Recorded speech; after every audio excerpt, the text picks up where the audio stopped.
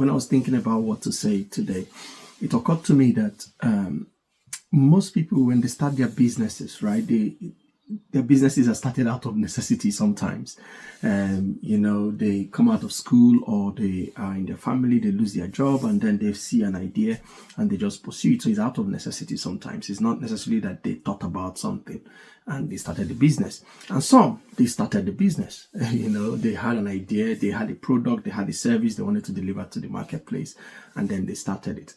Now, what tends to happen is that just like with most things in life, there are components that make anything to function well, effectively, and to produce amazing results. Our business, like any living thing, has its own components. So if you look at the human body, I've got my head, my ear, my nose, everything, hands, legs. Then inside you've got the systems, you've got the tissues, you've got the muscles. So my body is made up of different components. And for me to be a whole being, for me to be well, right, all these different parts of my body need to be functioning properly, right? So sometimes when people start their businesses, they tend to not take this into consideration. Real consideration is not, they don't think about it well, and because really, when you start a small business, or just start your business as a first time you're doing something, you don't want to have a business that has all the departments that Coca-Cola has, or that Dangote has. You just can't function that way. However, there are some basic components that you've got to consider whenever you're starting anything or in your current business. Even if it's a one-man show, right? A one-man business. A lot of people own one-man businesses, right? Even if it's a one-man business, you've got to be able to think about your business this way. If not, it wouldn't function well. It won't last. It won't produce the results. It won't give you the kind of revenue that you wished your business could give you if you don't think about it in components, right? And so I would just say that there are 3 components you've got to think about when you're starting your business.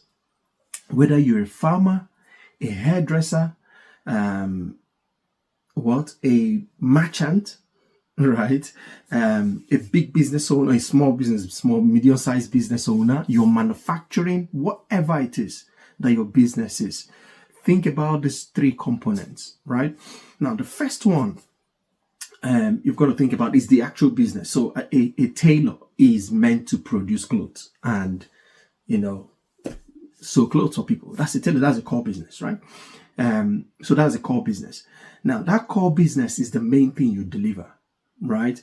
And then there are supporting activities that allow you to create that business. And the first one will be that my core business. How do I get people to know about my core business, and how do I get the orders to be able to then deliver my core business? So that's the front end, right? So you've got to be thinking about this, my idea. How do I get people to know about it?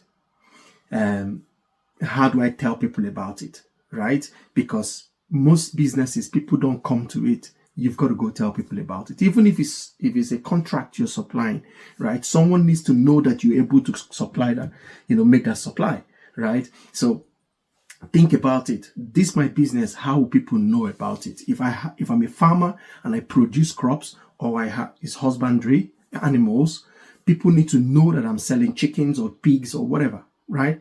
So the front end is, how do people know about my products, and how do I get my orders? This is my idea, product or service.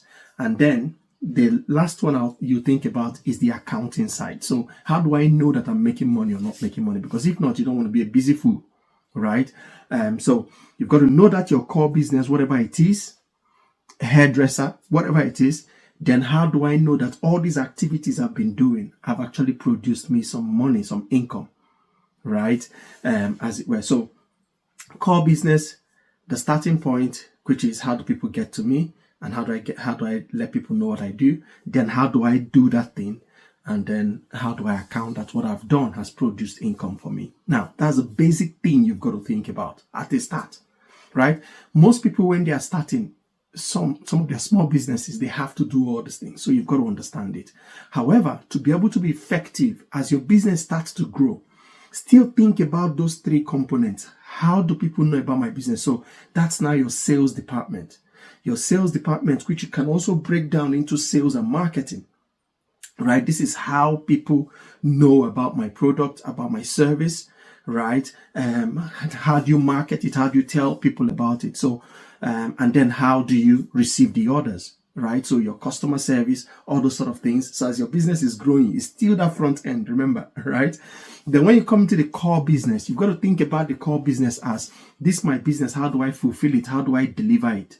Right? So sometimes if it's a tailor, how do you deliver the product? So you make the product and you still have to ship it, right? So you now can start breaking down the core side of your business into the actual manufacturing, the actual product that you're making, then the delivery of it, the fulfillment of it. If you're like a coach, right, even the delivery of that teaching or that learning or that consultancy service, right? How do I deliver it? Right? Do I deliver it at the customer site? Do I deliver it remotely? Do I deliver it through other people? Right? So the delivery starts to come into play. So if you have a physical product, do I have to take it through transport? You've got to think about those things. So you can break that down. Now that core bit, you can now break it down into say if it's manufacturing, into the making of the product, into the delivering of the product. Now within this area as well, right, this is where you now start to think about, for me to be able to have people work for me, I've got to think about getting the right people, hiring the right people. So within this, your business, you can either within the business have your HR department that then makes sure that you're bringing the right talent into your business, right? But you don't have to do that at the start, right? But think about that to your core and say to yourself, if I need a new staff, I don't have to have HR within my business if I'm just starting. I can contract that out to a recruitment agency, or if you're big enough and you can create a department that does that recruiting for you, right? And you can also have within that your legal, because as you grow, you've got to be talking to some legal experts to know that what you're doing is right. Your PR department, then your logistics department, and within that as well, you can break it further down as the business is growing. You can have different departments inside, and that's what you can now tag as operations. Right? Operations department within your business. So then the last bit is the accounting. Again, that accounting, you can start to break it down into even further departments within the accounting department, but it still remains the same, that I need to know that my activities and what I'm being paid for it and what I'm spending to deliver the service leaves me with some profit, right? So you need to know that someone is looking after that, right?